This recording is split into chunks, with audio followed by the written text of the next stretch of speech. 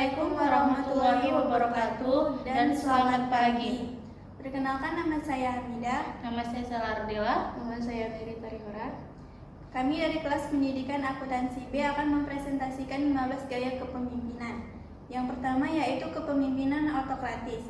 Pro dan kontra gaya kepemimpinan autokratis. Pro, keputusan cepat dan tegas dalam situasi darurat.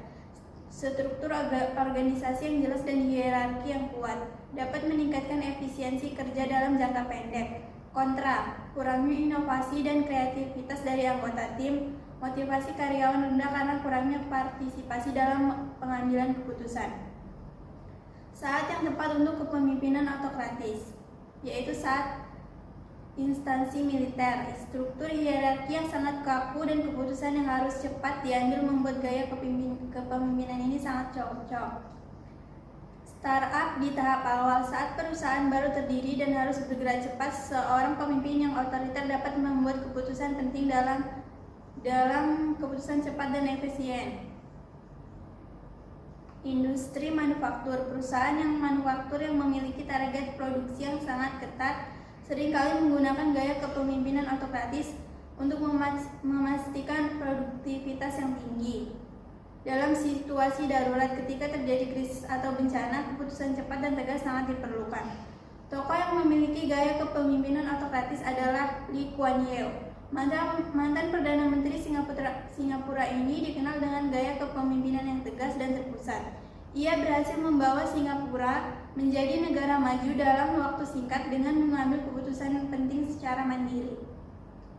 Kepemimpinan demokratis. Pro, meningkatkan motivasi dan kepuasan kerja karyawan, memfasilitasi inovasi dan kreativitas, meningkatkan kualitas keputusan karena melibatkan banyak perspektif. Kontra, proses pengambilan keputusan bisa lebih lambat, potensi konflik jika tidak ada kesepakatan yang jelas, membutuhkan pemimpin yang memiliki kemampuan komunikasi dan fasilitasi yang baik. Saat yang tepat untuk kepemimpinan demokratis adalah organisasi non-profit. Organisasi nirlaba seringkali melibatkan banyak pemangku kepentingan sehingga gaya kepemimpinan demokratis dapat membantu membangun konsensus. Perusahaan teknologi yang berfokus pada inovasi seringkali mendorong partisipasi karyawan dalam pengambilan keputusan. Tokoh pemimpin demokratis yaitu Indira Gandhi. Perdana Menteri India ini juga dikenal dengan gaya kepemimpinan yang demokratis. Ia seringkali mengadakan pertemuan dengan berbagai kelompok masyarakat untuk mendengarkan aspirasi mereka. Kepemimpinan laissez-faire. Pro dan kontra yaitu pro memberikan kebebasan dan fleksibilitas kepada karyawan, meningkatkan kreativitas dan inovasi, cocok untuk tim yang terdiri dari individu yang sangat kompeten. Kontra, kurangnya arah dan tujuan yang jelas, potensi terjadinya kesalahan karena kurangnya pengawasan, tidak cocok untuk semua situasi dan jenis pekerjaan. Saat yang tepat untuk kepemimpinan ini adalah universitas. Profesor di universitas seringkali memberikan kebebasan kepada mahasiswa untuk melakukan penelitian secara mandiri. Perusahaan konsultan biasanya memiliki tingkat otonomi yang tinggi dalam menyelesaikan proyek mereka. Tim yang sangat kompeten. Jika anggota tim sudah sangat kompeten, pemimpin dapat memberikan kebebasan kepada mereka jika untuk bekerja secara mandiri. Tokoh pemimpin laissez-faire yaitu Warren Buffett. Investor legendaris ini dikenal dengan gaya kepemimpinan yang sangat delegatif. Ia memberikan kebebasan yang sangat besar kepada para manajer perusahaan yang dia investasikan. Selanjutnya, kepemimpinan transformasional. Pro-nya meningkatkan motivasi dan komitmen karyawan, membentuk budaya organisasi yang positif, mampu mencapai perubahan yang signifikan dalam organisasi.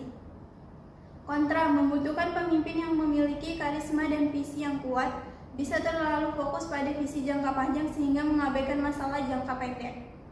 Saat yang tepat untuk memakai kepemimpinan ini adalah perusahaan yang sedang mengalami transformasi. Organisasi politik. Politisi yang ingin melakukan perubahan sosial seringkali menggunakan gaya kepemimpinan transformasional. Tokoh pemimpin transformasional adalah Martin Luther King Jr. Tokoh pergerakan hak sipil Amerika Serikat ini adalah contoh pemimpin transformasional yang sangat inspiratif. Ia berhasil mengubah pandangan masyarakat tentang rasisme dan mendorong perubahan sosial yang besar.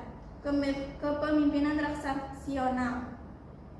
Pro dan kontranya yaitu pro, efektif dalam mencapai tujuan jangka pendek, memastikan bahwa pekerjaan sesuai dengan standar yang ditetapkan, memberikan kepastian dan stabilitas bagi karyawan.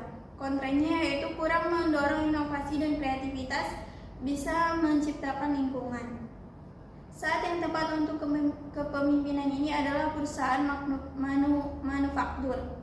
Perusahaan manufaktur yang memiliki target produksi yang ketat seringkali menggunakan gaya kepemimpinan transaksional untuk memastikan bahwa target tersebut tercapai.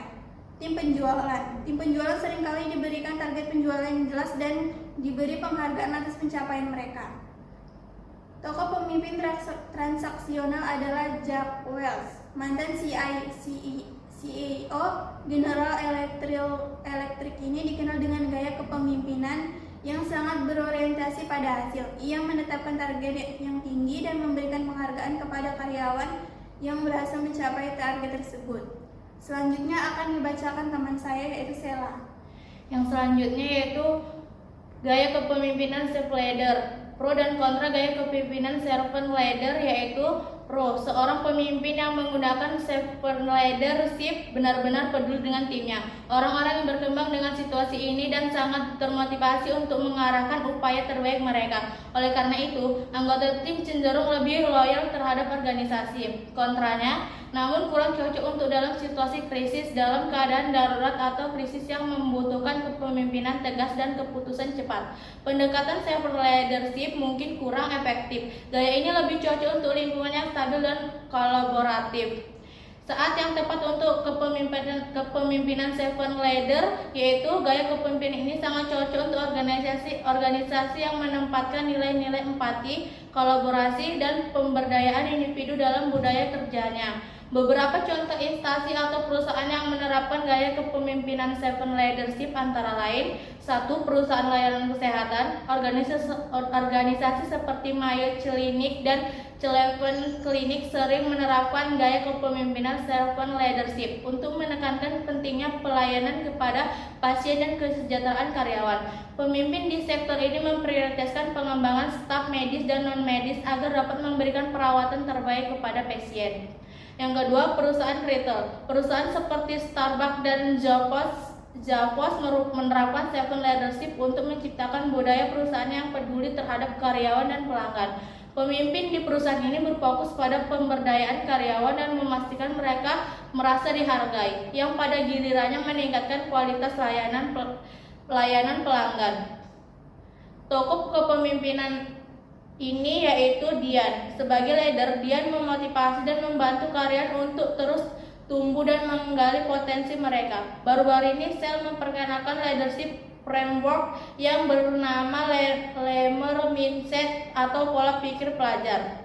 Yang ketujuh, gaya kepemimpinan situasional. Pro dan kontra gaya kepemimpinan situasional yaitu pro-nya, fleksibilitas pemimpin dapat menyesuaikan pendekatannya berdasarkan kebutuhan anggota tim dan tantangan yang dihadapi dan mampu beradaptasi dengan perubahan lingkungan kerja yang cepat atau kondisi mendadak. Kontranya, kesulitan konsistensi. Penggantian pendekatan yang terlalu sering dapat menciptakan kebingungan atau ketidakpastian bagi anggota tim dan tidak semua pemimpin mampu dengan cepat memahami kebutuhan situasi dan menyesuaikan gaya mereka. Saat yang tepat untuk kepemimpinan situasional yaitu perusahaan multinasional, perusahaan besar dengan operasional global seperti Unilever, General Electric, atau IBM sering menggunakan gaya kepemimpinan situasional. Hal ini karena mereka menghadapi berbagai kondisi pasar dan budaya yang berbeda, yang memerlukan penyesuaian gaya kepemimpinan dengan setiap tim atau lokasi operasional. Yang kedua, perusahaan teknologi. Di perusahaan teknologi yang dinamis seperti Microsoft atau Apple, pemimpin seringkali menyesuaikan gaya mereka tergantung pada fase pengembangan produk atau tim yang terlibat. Dalam situasi inovasi tinggi, pemimpin mungkin memerlukan gaya yang lebih kolaboratif atau partisipatif. Sementara dalam situasi krisis atau proyek mendesak, gaya yang lebih industri bisa lebih efektif. Tokoh pemimpin situasional yaitu Herb Kelleher. Hugh Kelleher, pendiri Southwest Airlines, memanfaatkan kepemimpinan situasional dengan beradaptasi dengan berbagai kondisi pasar dan ekonomi yang berubah. Ketika perusahaan menghadapi krisis, dia sering kali menyesuaikan. Yang ke-8, gaya kepemimpinan karismatik. Pro dan kontra gaya kepemimpinan karismatik, yaitu pro-nya memotivasi dan menginspirasi. Pemimpin karismatik cenderung mampu membangkitkan semangat anggota tim untuk bekerja lebih keras dan untuk mencapai tujuan. Kontranya, ketergantungan pada pemimpin. Jika pemimpin pergi atau tidak ada, tim mungkin kehilangan arah atau motivasi. Beberapa pemimpin karismatik cenderung melakukan visi mereka tanpa mendengarkan umpan balik dari anggota tim. Saat yang tepat untuk kepemimpinan karismatik, yaitu kepemimpinan karismatik biasanya lebih efektif dalam situasi perubahan besar, transformasi budaya, atau krisis yang membutuhkan kepercayaan dan dukungan penuh di pengikut. Berikut beberapa contoh instansi atau perusahaan yang sering menerapkan gaya kepemimpinan karismatik. Yang pertama, perusahaan teknologi dan startup. Banyak pemimpin di perusahaan teknologi dan startup seperti Elon Musk di Tesla atau SpaceX atau Steve Jobs di Apple menerapkan gaya kepemimpinan karismatik. Mereka menginspirasi karyawan dengan visi mereka, menciptakan rasa percaya diri yang tinggi, dan membangkitkan semangat untuk mencapai tujuan besar yang tampak ambisius atau sulit. Yang kedua, perusahaan perbankan dan keuangan. Dalam industri keuangan, pemimpin yang karismatik seperti Jamie Dimon di JP Morgan Chase dapat memotivasi karyawan dengan membangun kepercayaan klien di tengah ketidakpastian ekonomi. Pemimpin dengan kekuatan karisma juga bisa mengarahkan organisasi besar melalui krisis finansial. Tokoh kepemimpinan karismatik yaitu Steve Jobs adalah contoh paling terkenal di pemimpin karismatik. Karismanya tidak hanya memotivasi karyawan, tetapi juga mempengaruhi pelanggan dengan visinya tentang desain atau inovasi produk. Jobs menciptakan budaya yang sangat terinspirasi oleh semangat dan kecintaannya pada teknologi yang mendasari kesuksesan besar Apple. Yang ke-9, gaya kepemimpinan pelatihan. Pro dan kontra gaya kepemimpinan pelatihan, yaitu pro-nya mengembangkan individu. Gaya ini membantu anggota meningkatkan keterampilan dan kepercayaan diri yang berdampak pada pertumbuhan jangka panjang dan fokus pada pengembangan individu secara otomatis, meningkatkan produktivitas tim secara keseluruhan. Kontranya, namun gaya ini membutuhkan investasi waktu yang signifikan yang bisa menjadi hambatan dalam situasi yang membutuhkan hasil cepat. Saat yang tepat untuk kepemimpinan pelatihan yaitu perusahaan teknologi. Banyak perusahaan teknologi seperti Google, Microsoft, atau IBM sangat mengutamakan pelatihan berkelanjutan untuk memastikan karyawan tetap kompetitif dalam menghadapi teknologi yang terus berkembang. Kepemimpinan pelatihan diterapkan untuk memastikan karyawan memiliki keterampilan terbaru dan untuk menciptakan budaya pelajaran yang berkelanjutan. Yang kedua, industri manufaktur. Perusahaan-perusahaan manufaktur besar seperti Toyota atau General Electric mengimplementasikan gaya kepemimpinan pelatihan untuk meningkatkan keterampilan teknis dan keselamatan pekerja, serta untuk mengoptimalkan proses produksi melalui pelatihan yang terus-menerus. Tokoh kepemimpinan pelatihan yaitu Howard Schultz, mantan CEO Starbucks, dikenal dengan pendekatannya yang fokus pada pelatihan dan pengembangan karyawan. Starbucks memiliki program pelatihan yang sangat kuat, termasuk pelatihan bagi manajer untuk mengembangkan keterampilan, kepemimpinan, dan pelayanan pelanggan yang luar biasa. Yang ke-10, gaya kepemimpinan visioner. Pro dan kontra gaya kepemimpinan visioner yaitu pro memberikan arahan yang jelas. Pemimpin visioner menciptakan tujuan jangka panjang yang memberikan inspirasi dan semangat kepada tim, dan visi yang jelas membuat anggota tim lebih memahami kontribusi mereka terhadap tujuan bersama. Kontranya, tidak selalu realistis. Jika visi tidak dapat dicapai atau terlalu idealis, hal ini dapat menurunkan motivasi dan kepercayaan tim.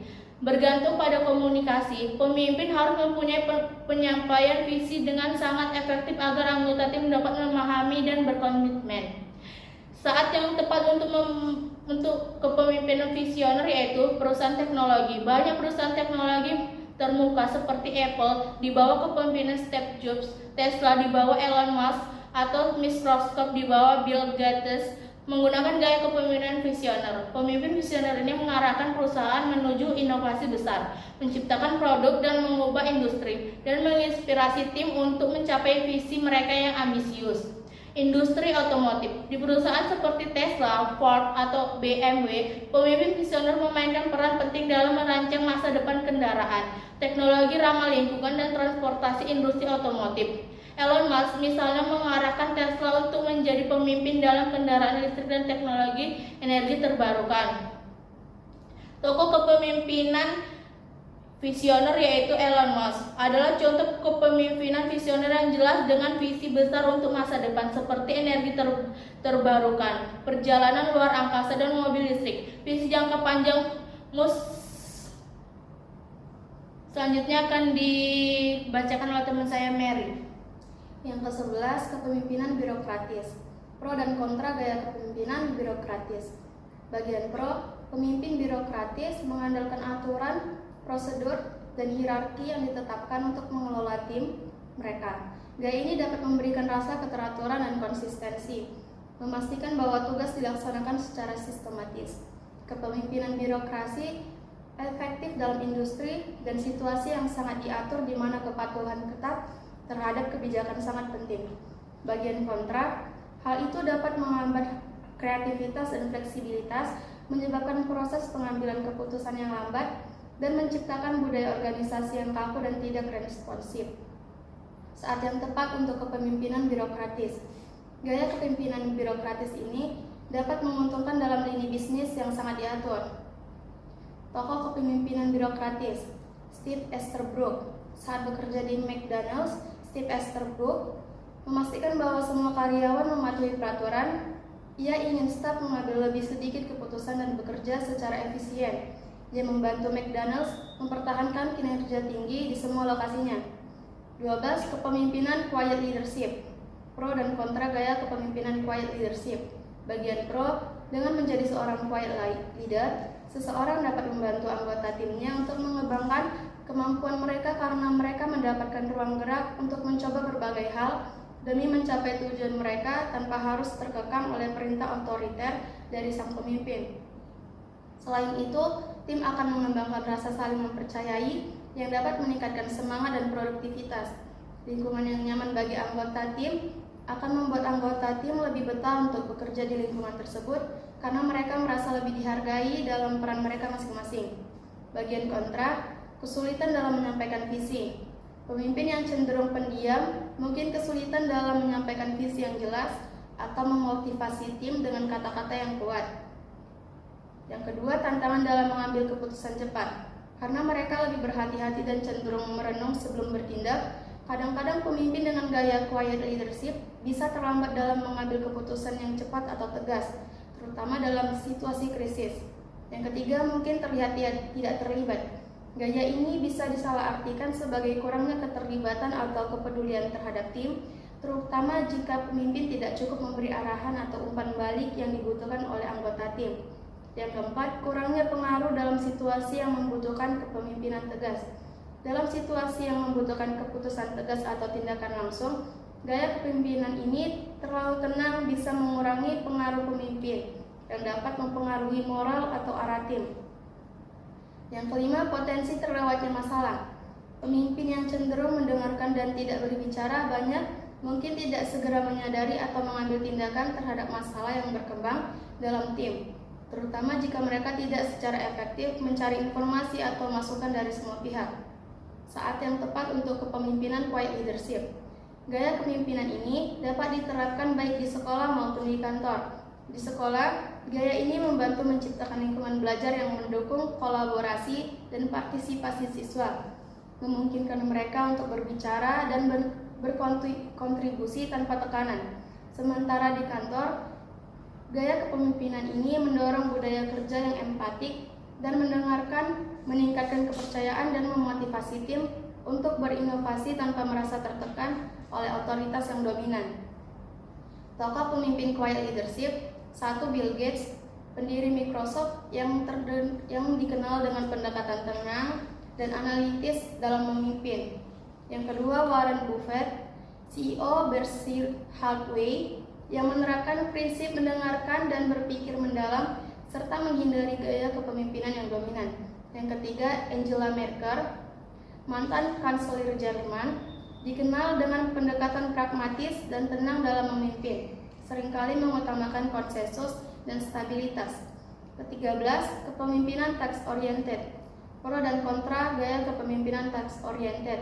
Bagian pro, fokus pada pencapaian target dan efisiensi, memastikan tenggat waktu terpenuhi, memberikan struktur jelas dan tanggung jawab yang terdefinisi, membantu anggota tim dalam manajemen waktu.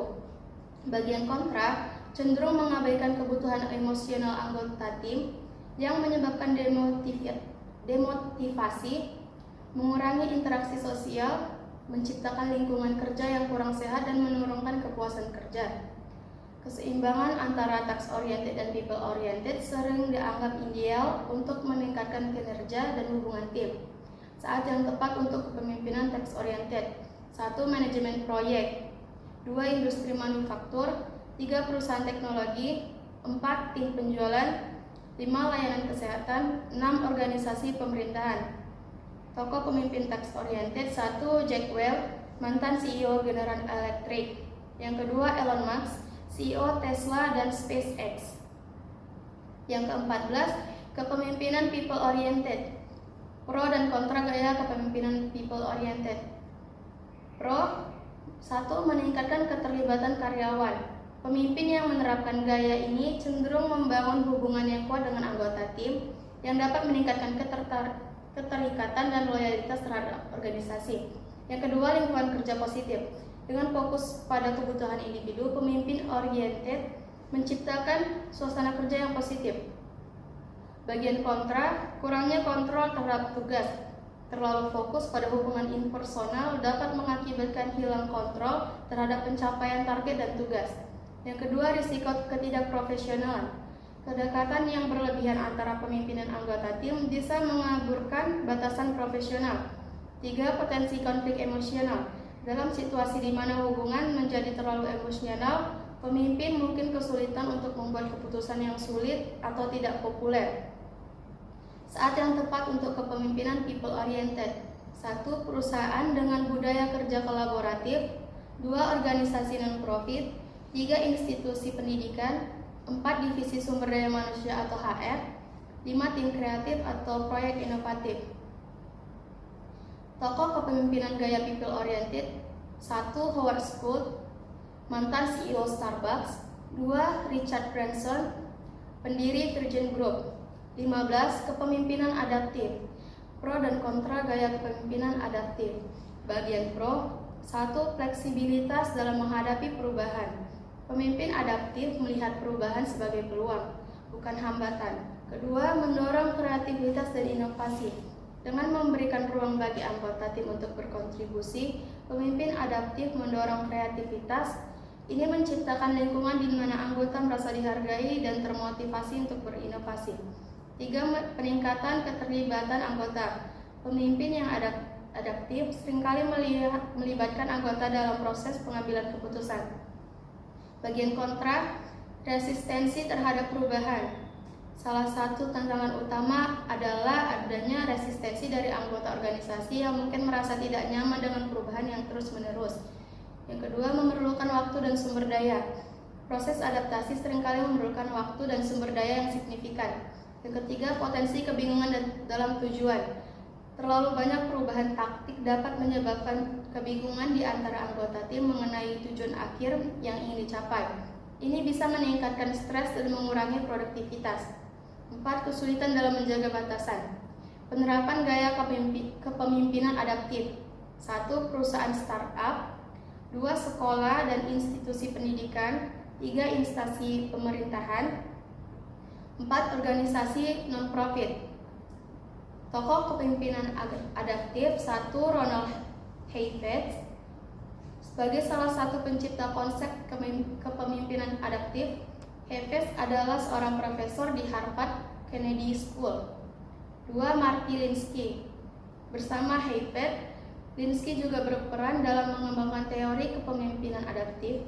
Ia merupakan seorang konsultan dan pengajar yang fokus pada isu-isu kepemimpinan dan perubahan sosial. Baik, itulah tadi hasil presentasi kami tentang 15 gaya kepemimpinan. Kurang dan lebihnya kami mohon maaf. Kami akhiri. Assalamualaikum warahmatullahi wabarakatuh.